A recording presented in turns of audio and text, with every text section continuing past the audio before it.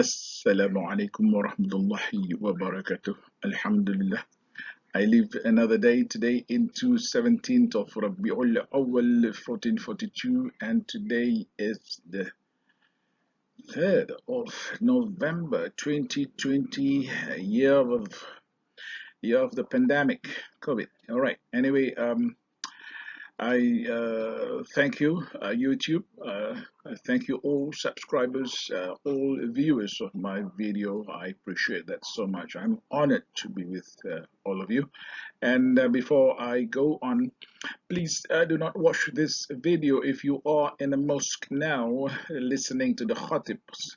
Reciting the khutbah, or you are probably with any scholars in events of religious lessons, preachings, etc. Please do not watch this video. I appreciate that so much. Thank you. Now, excuse me. Alhamdulillah. This is a marker video because I am attempting, I'm putting some effort in linking in safety, health, and environmental management, because many of our friends are already having an integrated safety, health, environment system. But according to my affiliates, colleagues who are environmental auditors, when we discuss, there are still some form of discrepancy in how they link safety, health, and environment, and some of them are saying it's redundant, or some of them even saying it's the same thing. Actually, it's not. That's why I think I am obliged to make this video to have to promote a clear picture on the difference between safety concerns, health concerns, and environmental concerns, or their respective target management item. Let's put it in simple terms. And they are the materials may be redundant, but how they manage them, the procedures, how they manage them, they are quite different. Okay, so let's take a look. We call it one management for safety, health, and environment. And in fact, you can couple it with quality. I am not attempting, or I do not intend to interrupt any work by any consultant or trainers in this. If this is just a supplementary and additional, all right, from my perspective. Okay, so please stay on to your consultants, to your trainer, and from this video, maybe you can get them to enlighten you with more examples, or because my video is limited. The examples that I'm able to give you within the short time is not so much, but I will try to make it crystal clear for you as a supplement to what you already have as competent person, as certified ISO 14001, 18001, or 9001 management systems. All right, and for beginners, this is good for you too. Okay, let us move into the next slide. What I want to tell you. Oh yes. Oh yeah. Okay. Let's move into the next slide. And this is going to be the beginning of my series of safety, health, environment management integrated system, sort of integrated system, sort of explanation how to link them. Now, first and foremost, my line of duty and my line of work since 1984 is about the environment, namely environmental law, environmental planning, and environmental pollution control technology, methodology, and including coastal zone management, including environmental management system 14001. Okay, I've been trained by Herr Manfred Born of Ecolo und Kommunikation from Bremen, Deutschland, way back in 96, 97. And if Mr. Herr Born is listening to this, I appreciate to have you as my tutor before, as my supervisor. So viel Spaß, okay? Now, let us get into the definition of environmental management system based on the latest updated standard version 2015. There you are. You may read it, but I'm going to explain it in a simple manner. All right? Please read it first and try to feel it. Okay? So, my question is, what does environmental management manage? It can be any management system. It can be any existing management system. We are not changing management system. You are just incorporating environment in our management system. All right, we don't have to revamp the whole company to have a environmental management system. No, we incorporate. Now, listen carefully. An environmental management system manages what? Take a look. What does it manage? Look, an environmental management system is any management system, listen carefully, that manages, what is it? Environmental aspects. What is an environmental aspect? Shortly, we manage environmental aspect. How to manage it? By, look, fulfilling compliance obligation. Look, compliance. This is a very strong definition. The fact that, look, fulfill, not partial fill. Fulfill compliance obligation. Compliance obligations to what? First thing, you got to comply to your government's respective government's law on environment. For example, in this country, Malaysia, we have got Environmental Quality Act. When we have got all the subsidiary regulations under the act pertaining to environment compliance standards, limits of emission. We have got to comply to that. Fulfill in order for us to be qualified to be called an environmental management system. Okay, and what other obligations? Contracts with stakeholders, with investors, with insurance, with labor unions, maybe, with vendors, with suppliers, with landowner, with municipal, with other agencies that from whom we got our permit to exist as a premise, as an industrial premise, as a service provider premise, as a transport activity. For any activity, those people around us who has interest in us, so-called interested party, we have to fulfill our obligations to them. It could be a contract, it could be an agreement. There you are. With regards to environment as well. And, okay, that has got to be fulfilled. Now, another thing, on top of that, we have to address. What does the word address means? We have to identify. We have to know. And we have got to consider.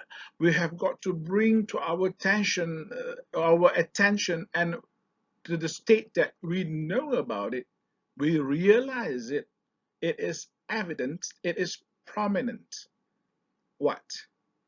All the associated risk and opportunities with respect to that particular environmental aspect that and processes or activities that generates them or involves them.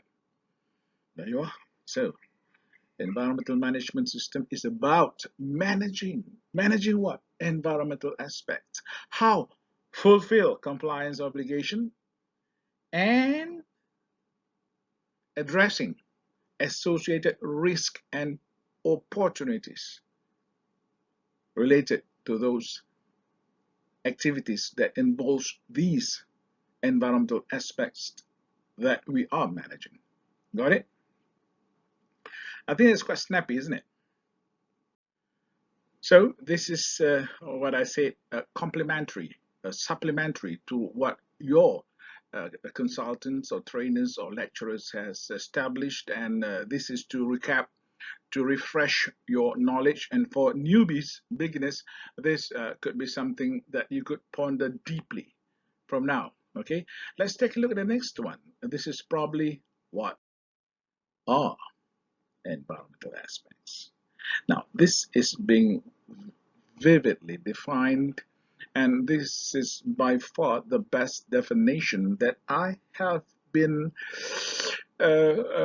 managing. I've put myself pondering, thinking, all perspective from my 36 years of experience in environmental management, environmental law, pollution control technology, and I believe ISO Geneva has developed, come up with one of the best definition on environmental aspect by far.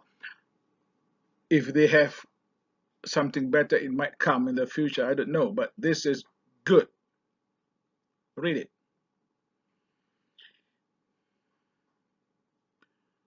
What do you understand? Focus on the two words that I have deliberately used the red font. Is a big word. It is small in alphabets, in fonts, but the meaning is huge, vast, deep. The word is interact and can interact. These two words. Without interaction,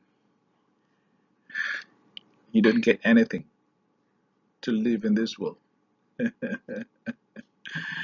It's all about interaction. Remember the word coexistence? Without you, I'm a nobody. Without me, well, you have less one person. All right, this is all about interaction. What does it mean? Environmental aspect is a substance. Environmental aspect is a matter. Environmental aspect is an item.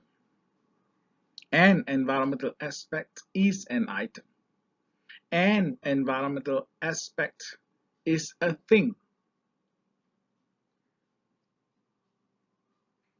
It's not a process.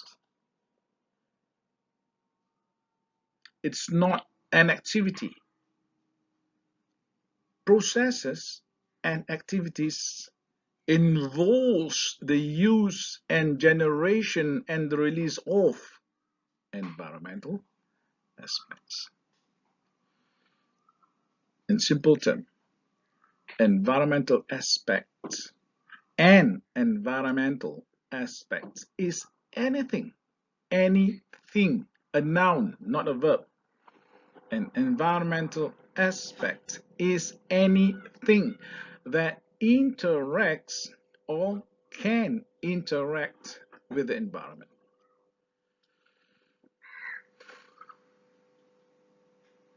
Process is the dynamics, is the mechanisms that uses, involves, and, and produces or generates or emits or release environmental aspects.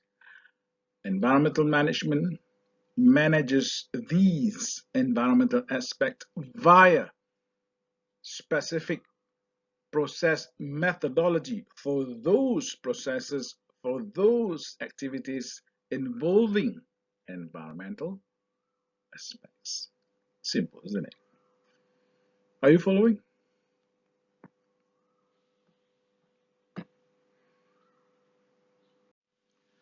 However, to manage environmental aspects, we need to understand each environmental aspect from its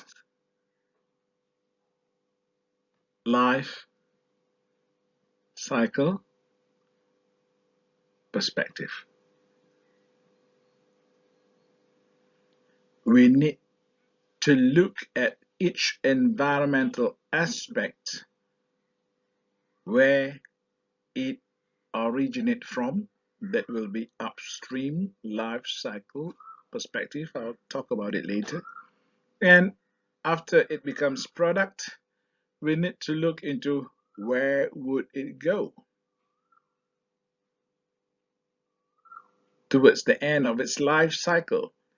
Upstream and downstream of its life cycle involves various vast, humongous involvement of other environmental aspects which interact with them.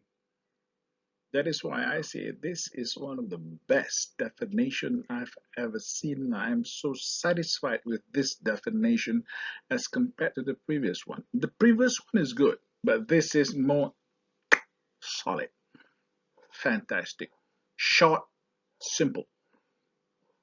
Well, I hope I have compliment your trainer, your respective consultants' work, um, giving you something to recap, review apart from your existing knowledge from your respective trainers and consultants. All right.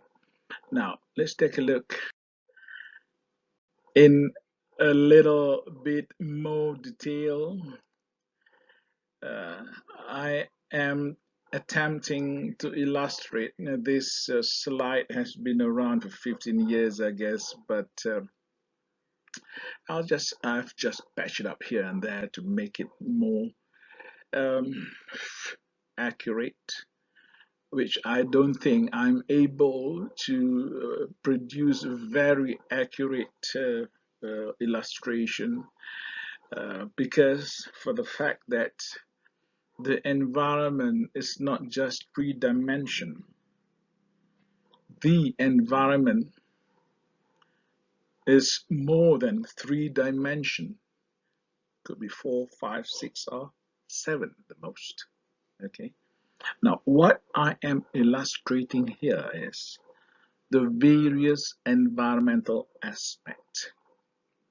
Look, whenever we want something for our life, human, we want a car, we need metal, we need rubber, we need oil, and rubber is made from synthetic rubber, is oil. So all this comes from the environment. We call it the environmental resource. Therefore, for example, let's say metals over here. Okay, our life is full of metal. Machines are all made from metals. Vehicles are metal. Bridges are all metals. It has to come from the environmental resource. There you are. So from the environmental resource, we extract metal. How do we do it? Mining. That has interacted with the environment. That is why you look at it over here. Parts which is tapped by human, the color is no longer green, it is yellow. I deliberately put it that way. And those which is not tapped by human, for example over here, they are still greenish. As my uh, least expertise in making graphics, I hope you are able to capture. So when more metals are extracted from down here from the environmental resource, it is causing impact to the environment because metals is needed. And how does this environmental aspect interact with the environment is by the fact that when we mine, there's air pollution, there is water pollution, and most importantly, it interacts with the environment to cause environmental impact, such as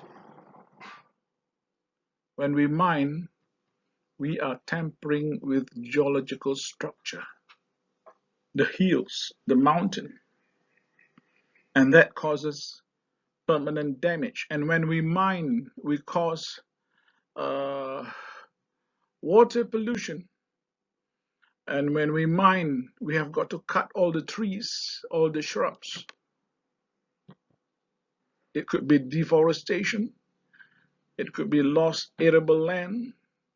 And most importantly, the resources is getting less and less as more people is around, depending on the same amount of resources, if not less, and resources becomes, and the rate of resource extraction is higher in proportion to human population, the resource is depleting. That is how metal is an environmental aspect. I just take one, otherwise you're going to have to spend the whole day. So metal is being extracted to become components, all right? And it is sent to a factory, for example, to undergo production. Once it is ready, maybe it's a car, maybe it's a railway, maybe it's a carriage for the train, maybe it's bridge, maybe it is building structures. It is being used over here for our pleasure, for our quality of life. End of the day, the car gets kaput. Unless otherwise you sell it to Jay Leno maybe, and he'll keep it as your vintage cars. But I don't think he's interested for any cars coming from this part of the world. Now, eventually, all these products of our lives gets to the end of its life usability. Perhaps we recycle for a while. And after that, what happened? We are disposing them back into the environment, maybe as hazardous waste, for example. That interact with the environment, does it? Remember, all sorts of chemicals, materials is in that particular product still, even though it is at the end of its life cycle. Then we say send it to the landfill. Okay, and it costs, and in the landfill it interacts with the soil, the ground of the landfill. All the radical chemicals would come out from the structure, come out from that rusted product or whatsoever, and interact with the environment and causes. One of it is soil pollution. It could be the emission of certain vapors of chemicals, aerosols perhaps into the air, volatile organic carbon, and causes air pollution. Or it could leach. Some of the metals might be dissolved literally in the mucus generated by the organisms in the soil, degradation, biodegradation, or chemical decomposition, thus find its way in infiltrate the soil, gets into waterways or aquifer or groundwater, and causes water pollution, groundwater pollution, and perhaps pollution of the any parts of the inland water. That is how these hazardous waste or rejected materials or all these are environmental aspects. The red font and also these blue fonts, these are all environmental aspects, and they interact with each other causing those respective related environmental impact. So in your I believe your consultant and your trainer have showed you perhaps what is called environmental aspects impact register. So please be careful. Uh, Process names like printing, like washing, like stamping, all these are process names. They are not environmental aspects. Okay, please be careful with that. Otherwise, you'll get your environmental management a little bit confused, of course, at a higher level. Now, for each aspect in your aspect impact register, you have to identify whether your environmental aspect is an input aspect or is it an output aspect. Please identify carefully. So those in red fonts that I'm showing you before you right now are all environmental aspects output.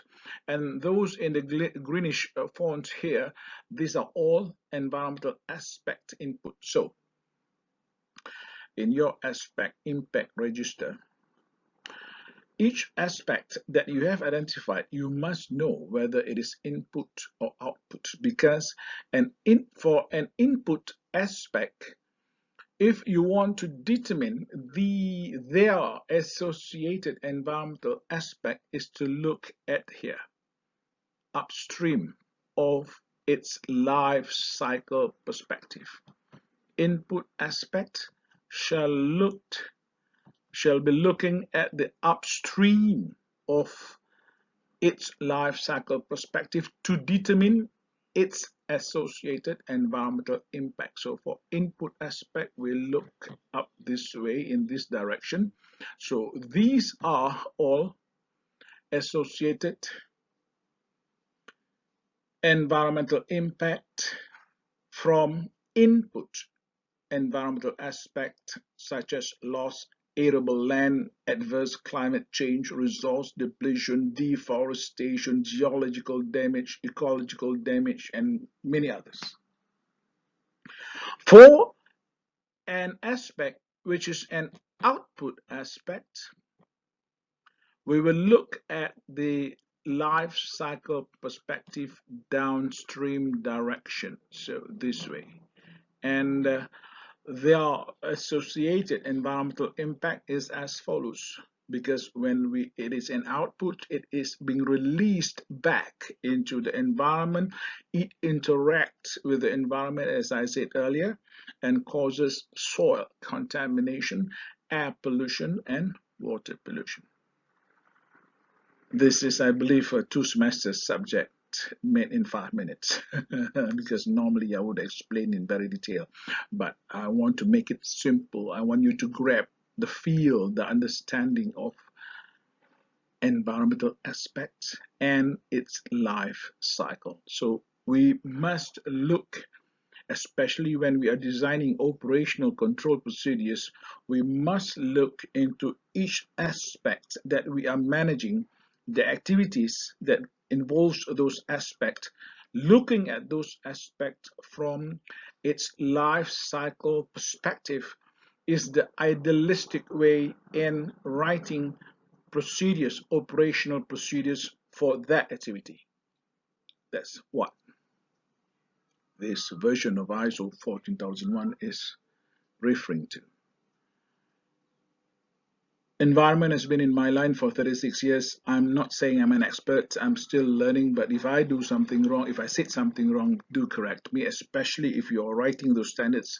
If you're a member of TC207 Geneva, and if you are even my tutor, Herr Manfred Born, if you're listening and I said something wrong, please correct me. Let's take a look. One example. This is very common to all.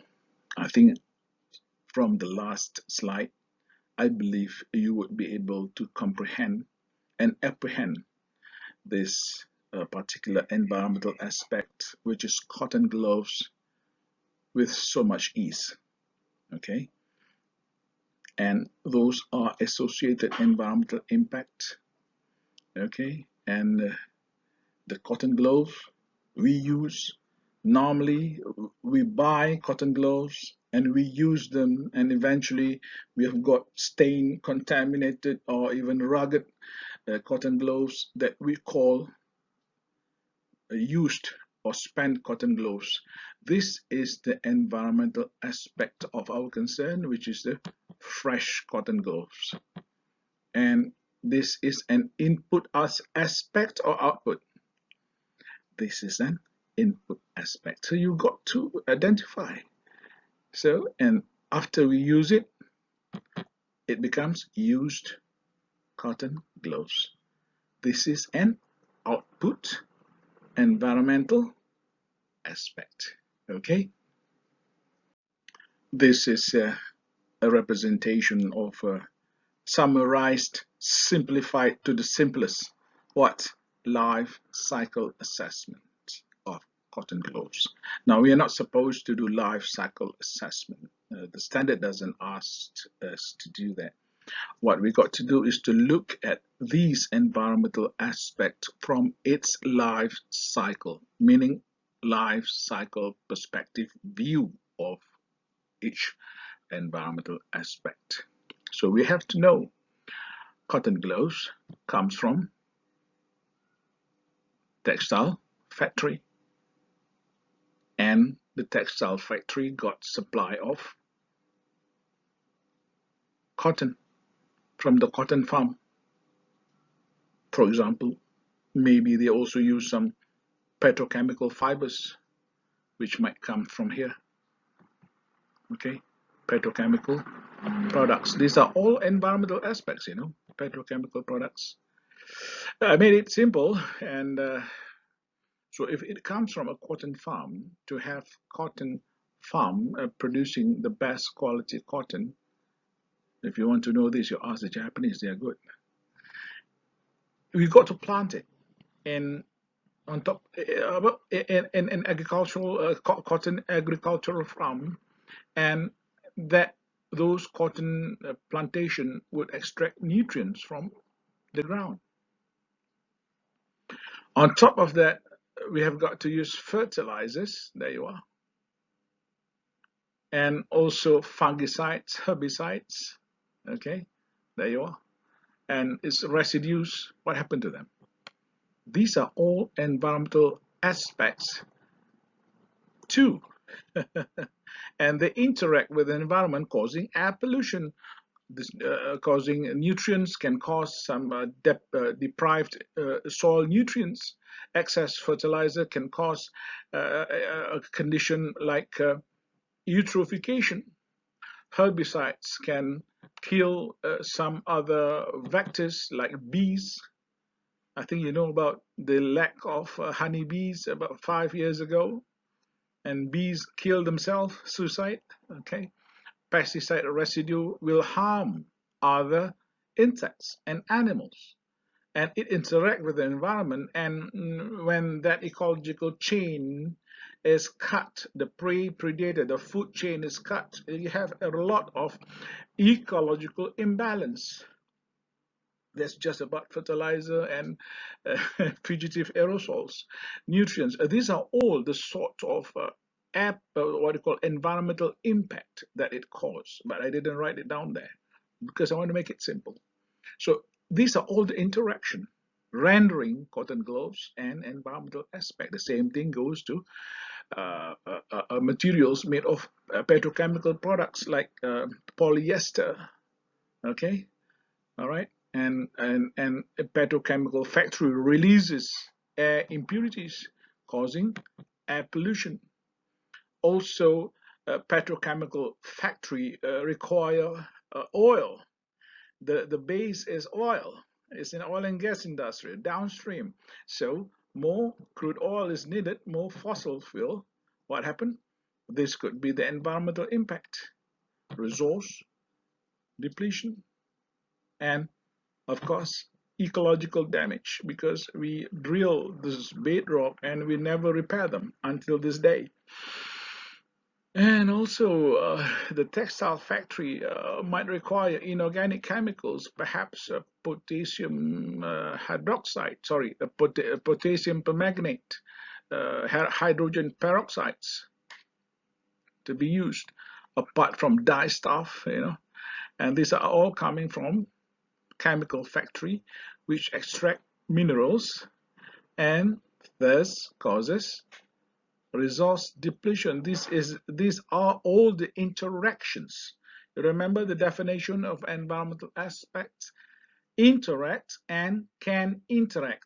These are results of interaction, and what I'm showing you is an overview of the main interaction. The actual interaction, the mechanism, is known by chemists, by biologists, by physicists, by ecologists. Okay, so refer to them. And so therefore, cotton gloves, after it is ready, it is being used for a while, okay, and then it becomes discarded as used cotton gloves. Perhaps as far as Malaysia is concerned, we have got a lot of recycling facility for cotton gloves. Bravo. It will be reused, resell in a manner, and eventually it can't be used anymore, and it has got to be disposed, so it becomes solid waste, and perhaps it goes to, if it is scheduled waste, it goes to a secure landfill or incineration plant, or otherwise it goes to a sanitary municipal landfill, will be disposed of in the landfill if not incinerated. Unfortunately, it's not much incineration here. I'm very disappointed with that. And because incineration, we can generate heat, and from heat, steam turbine electrical power, but it's not happening. um, so we got solid waste here that causes a form of pollution, which is soil contamination. That is why cotton gloves is an environmental aspect, because its origination, its production, and its disposal throughout its life cycle perspective interact with the environment and causes environmental impact. Simple, isn't it? Okay. All right. Because after this, I'm going to produce videos linking safety, health, and environment. And this is a very important video. I'm not going to repeat all this. Okay. Just for your sake. COVID, CMCO, face-to-face training is not about. But I know a lot of people who wants to have knowledge, who needs training. Even though they got to work from home, they still got to manage environmental management system, and they still do audit, and they got to prepare for all this compliance, etc. So they need to understand. So this is just a supplementary to what is needed for their environmental management system. And in EMS 14001, now we have got risk and opportunities as part of the management system. Remember, environmental management system is about managing environmental aspects via fulfilling compliance obligation and addressing risk and opportunity. So what is risk and opportunity? Okay, listen. Every activity in our daily life involves potential hazard, potential risk. And for all those items that we are holding and using are environmental aspects. And for these environmental aspects, we got to look at the risk and opportunity associated to it. You can read this. I'll explain you. I'm not the type of trainer who reads slides before the audience. I explain. This is what I've been doing for the past 35, 36 years. Do you ride bicycle? Or do you ride motorcycles, superbike maybe, S1000RR, or Ducati Panigale, Or maybe you drive a car in Malaysia. Proton IV is popular. Proton is popular too. And maybe from where you are from, maybe you are driving European models or Japanese models. No, we are involved in safety, health, and environment the entire daily lives. One example. If we ride a bicycle, listen carefully. The activity is riding our bicycle. Our bicycle, if we look at it carefully from the environmental management and look at it from the life cycle perspective, you will come to a conclusion, to a conscience that the bicycle is an environmental aspect. To produce that bicycle, it has interacted with the environment and causes what? Resource depletion, right? For the frame metals, for the tires, for the tubes, and some plastic parts, all interact with the environment and causes perhaps resource depletion to make our bike. I'm talking about environmental management for a while. And then after we use the bike, we sell it to somebody. Eventually, it gets kaput, rusted, and it will be disposed of in the dumping ground and causes and interact with the environment and causes environmental impact such as soil pollution. So the bicycle that we are riding is an environmental aspect. The same thing as the watch we are wearing, the clothes we are wearing. For ladies, the lipstick that you put on your lovely reddish lips. These are all environmental aspects.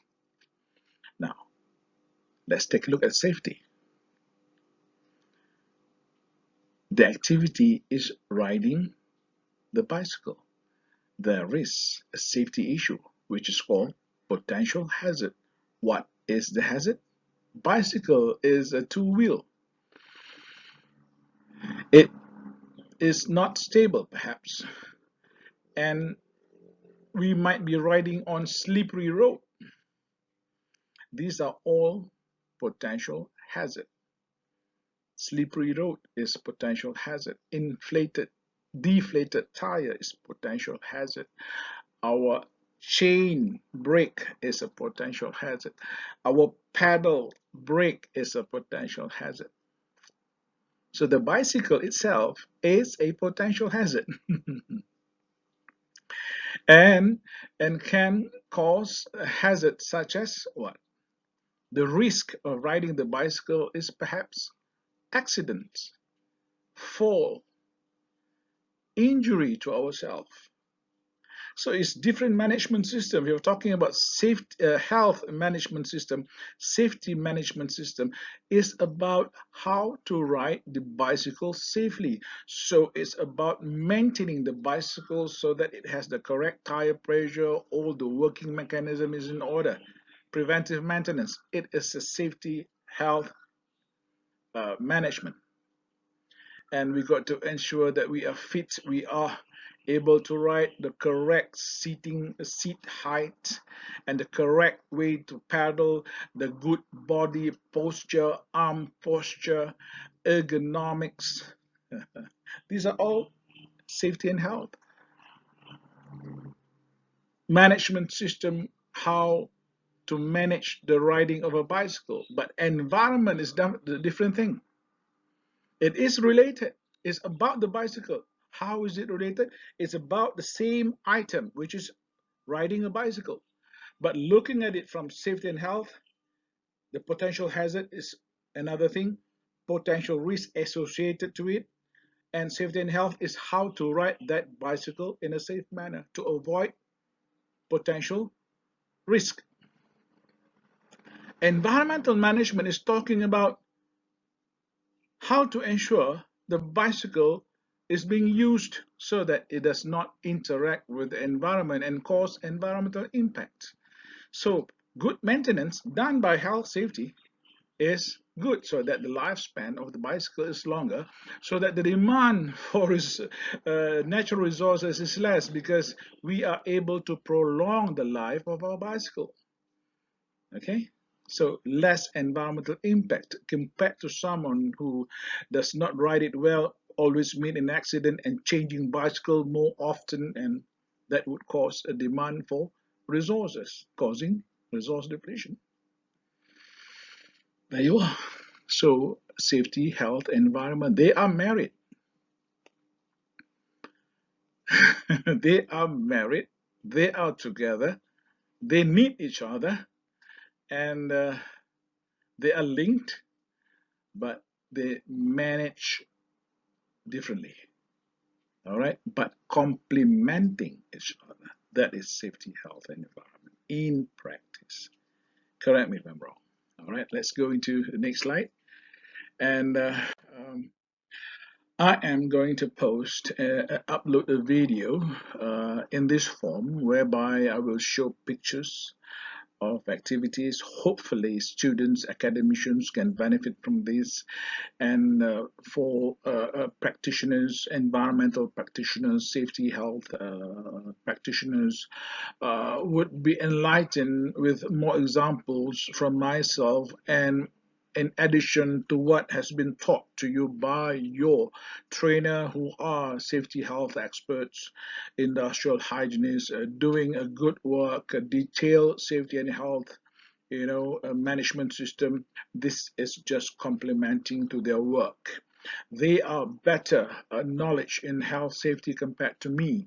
What I do in this video is to link safety, health, and environment, and I will concentrate on in my field of understanding, which is environmental management, and I will talk about environmental aspects, environmental impact, and I will give some examples of those aspects, and I will talk about probably risk and opportunities, so that in this limited restriction of movement, CMCO, that we are having, this COVID face-to-face what I call training is not allowed, and I don't want in this situation to be an alibi for us not to be able to manage the integrated system of safety, health, environment, and quality.